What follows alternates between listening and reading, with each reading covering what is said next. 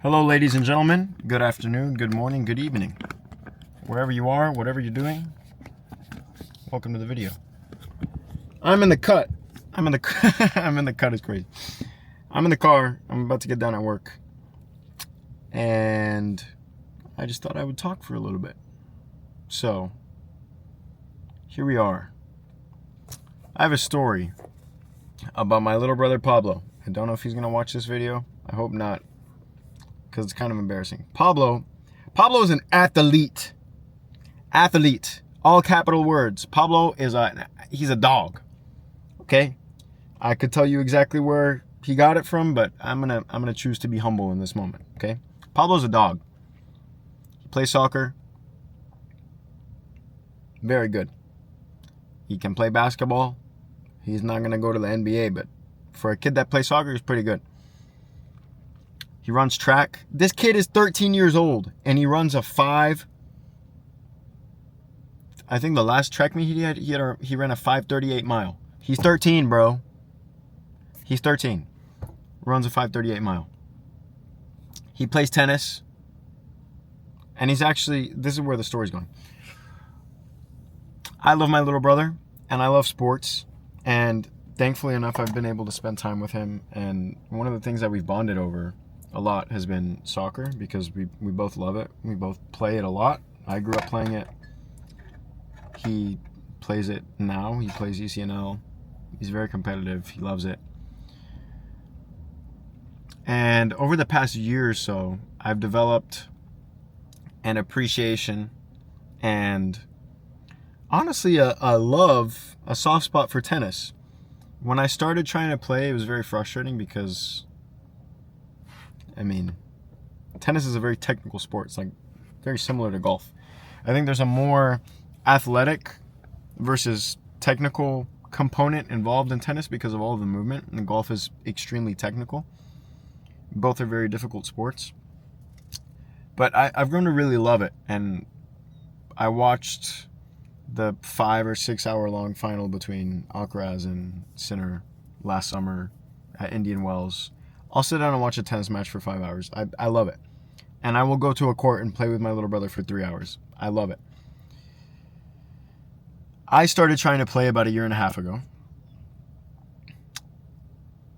Not formally, just like through playing with a friend or going to play against a wall or trying to play with my girlfriend. But my friend and my girlfriend are both very good, so I mean, I'm not actually playing. I'm just trying to rally and hit the ball back to them and have it look okay. And I started playing with my little brother. I don't remember how it started. I think it started out with him watching YouTube videos with me of like Roger Federer, and I've gone back and watched the 2017 Miami tournament between Federer and Kyrgios lots of times with him. That's one of our favorites. And it just kind of started like that. And I think we went to a court once with him and my 2 other brothers, and we all kind of played, and he just liked it. And he's athletic. He picks things up very quickly. And from there, he just started, I don't know. One day we were like, "You want to go play tennis?" And he was like, "Yeah, let's go." And we just started to go play tennis, And that's how it started. And that turned into him watching videos and him going outside and hitting a tennis ball against the garage, him playing. And now he plays on his middle school team, and he's the best one. And he's been playing tennis for like 5 months. And he plays against kids that have played in academies since they were much younger, because normally tennis is a sport that started when you're much younger, and he beats them. Or he barely loses to them. He gives them a run for their money. And it's just so funny to me. And it's very humbling, because I'll go to play with him, and I'm not like, I started playing tennis very late, So I think the learning curve for him is probably more exponential than for me, because one, he spends a lot more time playing now because he plays in middle school and he has more opportunities to play with his friends and stuff than I do. Because I work and I'm in school and I have other stuff. And he's learning it from younger, So statistically, he'll have more time to learn. It's just so humbling. A couple nights ago, I went to go play with him, and he doesn't like whoop me, but it's competitive. And the last time we played like a mini match, I think he beat me. I'm pretty sure he did beat me. And I'm like, dude, what is happening? I'm 10 years older than you and you're beating me. And part of the problem is I don't really know how to serve. And he does, or he's getting there, and I don't know how to return serves. My forehand's good. My backhand's his backhand's very good. My forehand is pretty good. Considering the level that we're at, you know, I'm not going to go ATP tour and hit my forehand and beat Carlos Alcaraz. That's not going to happen. But for playing for a very short amount of time and picking the sport up very late as a hobby, it's fine. And it's interesting because I reflect so much on this concept of you have to be willing to be bad at things if you want to improve at them. And you have to be willing to spend time doing things that are hard if you want to improve in them. And it takes me back to when I started trying to learn how to play guitar. I started trying to learn in high school because, funnily enough, I started, one, because it reminds me of my grandpa, two, because I was trying to learn a song to play for my girlfriend. And it's funny because all these years later, that's still the motive behind trying to learn. And I love music, but I didn't get very far because I struggled and because I was bad at it. And if I think back to times where if I would have committed a little bit more to struggling through things in order to be better at them, even if it's just a little bit at a time, I think I would have made a lot more progress in different areas of my life. And not necessarily just with playing tennis or with learning an instrument or something like that, just in general, with skills that are maybe more difficult to develop. And I think there's a lot of value in learning to be uncomfortable and walking through those learning phases because it enables you to do so many things. Because it doesn't scare you anymore and it doesn't bother you as much whenever maybe you have to do something that you don't want to do. And I think it's easier to do with things that you're naturally good at. Like, for example, if there's a very athletic person and they go and try and play volleyball and they try and go play these other sports, maybe it'll be more entertaining for them because their base level is already higher because they have a foundation through other things. And this is also very interesting because the time that you take to develop a skill is extremely applicable to other outside sources that are maybe related. So, for example, I played soccer my entire life. I ran cross country, I ran track. I played football, but I was the kicker. I didn't play any other positions. And I broke my toe 2 years in a row, so I didn't even get to play in middle school, and then I didn't play in high school because I played club soccer, whatever. I was in band.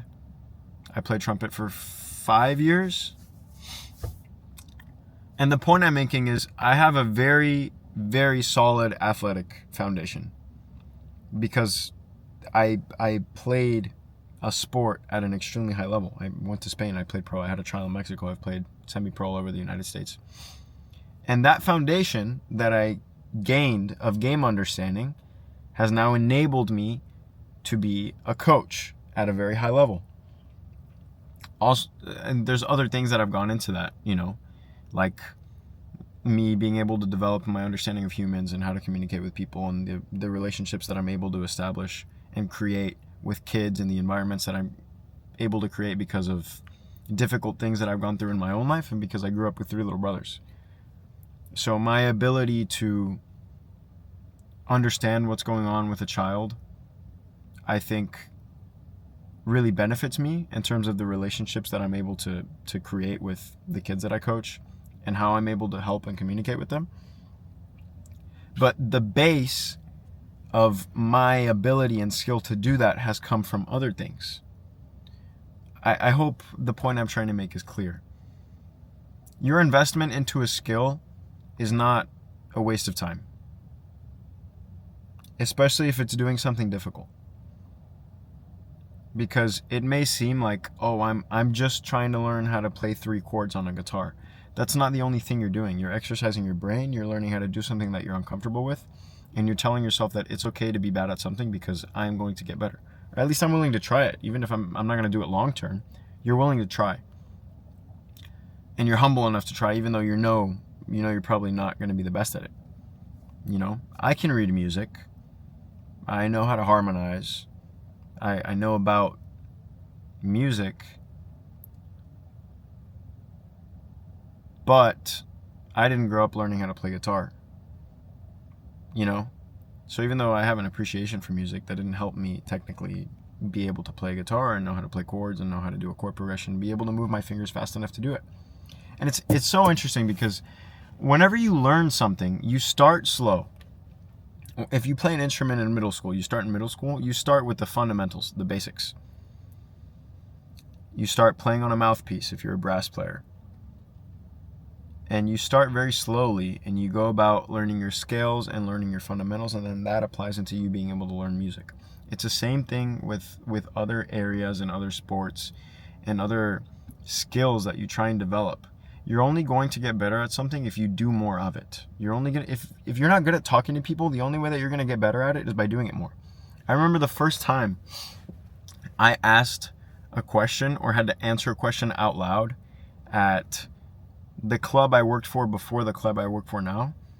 We had like an onboarding few days before the season started, just to kind of meet everybody that was new to the club and just get ready for the upcoming season and walk through stuff and to go through some training and getting to know people.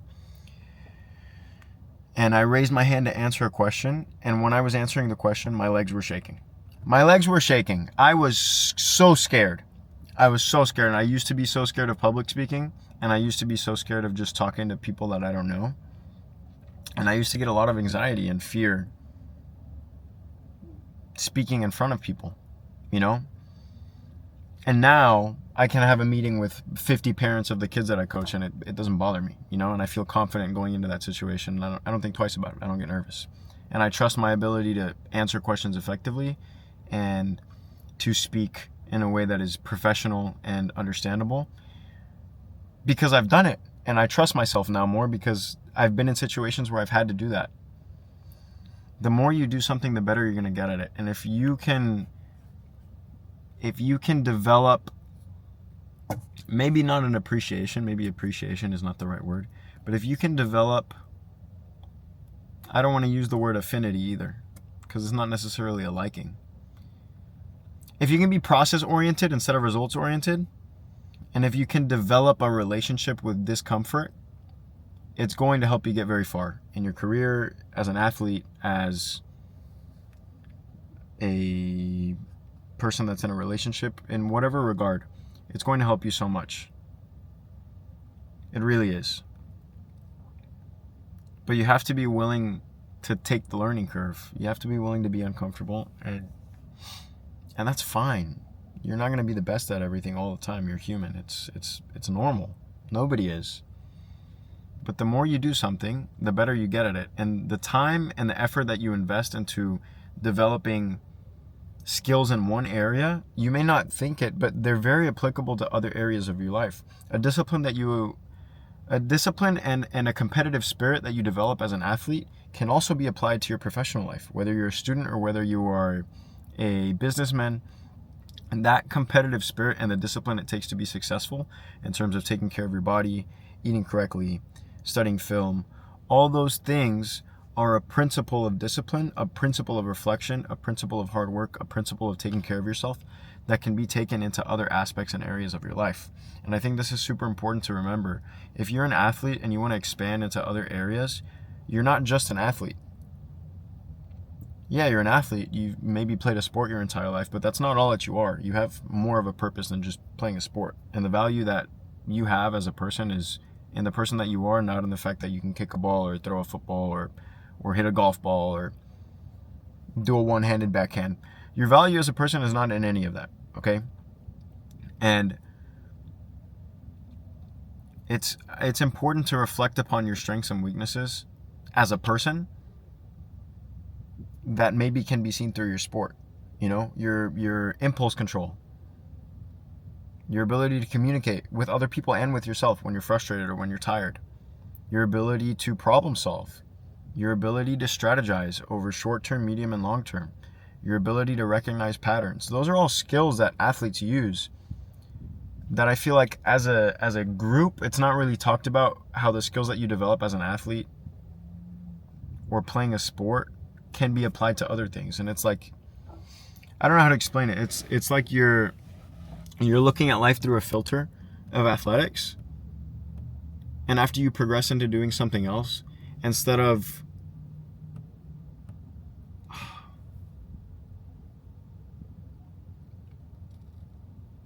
you know those glasses that have a bunch of little magnifying glasses on them, where you can like flip the magnifying glass up and your vision will get closer or get farther.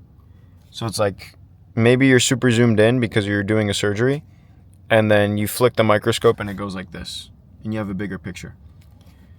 That's the concept I'm referring to, okay? Because as an athlete, you think, I know how to kick a soccer ball, right? I know how to kick a soccer ball because I played soccer my entire life. Then you back up and you say, I, as a soccer player, recognize situations in which my team has a numerical or positional advantage, and I know the tools that I can use to exploit this advantage or exploit the opponent's weakness. You see the difference?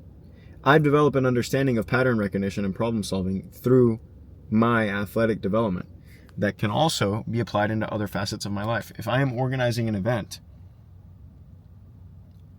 I've developed the ability to problem solve and analyze patterns and position myself and my team in areas of strength and minimizing areas of weaknesses. I know how to set myself up for success. I know how to build a strong foundation. These principles overlap, okay? And the principle of being uncomfortable doing things, if you have a goal to constantly progress and learn as a person, you are going to have to accept the fact that you do not know everything and that there's going to be somebody or something that knows more than you do. Okay, and yes, there's the all-encompassing God knows more than all of us. But in whatever field you're in, there's always going to be a bigger fish. And if there's not a bigger fish, then the bigger fish is you after you learn the stuff that you still need to learn or after you develop the things that you still need to develop.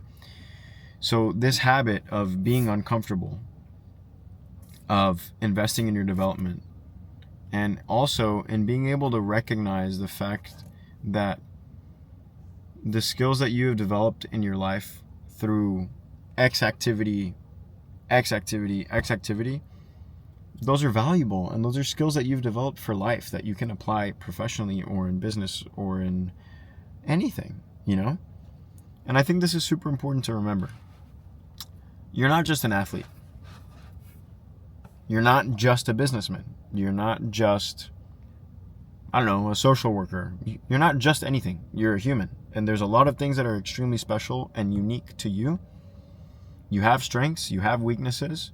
You have things you've succeeded at. You have things you've failed at. You have things that you want to improve at. You have things that you're really good at, but can continue being developed into a super strength. It's such a fascinating concept. The concept of growth over time and investment into skills and pattern recognition and all this stuff. It's so interesting. And I think it's just important that we don't identify ourselves with anything singular that is going to limit us or that's going to have us super zoomed in on one subject instead of zooming out and seeing the big picture and recognizing that our reality expands to the level of our audacity, to the level of our imagination and our willingness to follow through on our ideas and on our creativity. So I think this is a super important principle to remember as we go through life, as we grow, as we improve in different areas. And it's especially as an athlete where, especially when you play a sport at a very high level and you commit so much of your life and of your time to it up until a certain point, and then you get to the point where your goal changes and you don't want to play professional anymore, or that reality isn't feasible anymore, or it's just not what you want. That's completely fine. But sometimes detaching yourself from a world that you've lived in for so long, it's difficult. It's difficult because it's part of your identity, you know? And I think it's important to remember that we're so much more than just athletes or just doctors or just dentists or just lawyers or just cashiers. You're not just anything. I don't like that word. You're not just anything. You're a lot. You're a lot of things. You're capable of so much. And the sooner that you recognize that, the better off you're going to be. Because hopefully it helps you not settle for something that you don't have to settle for. Just some food for thought. Some thoughts before I go into coaching for today. But yeah, that's all I have to say for now. Take care of yourselves. Take care of each other. Be brave. Don't be scared to try new things. And I will see you guys on the next one.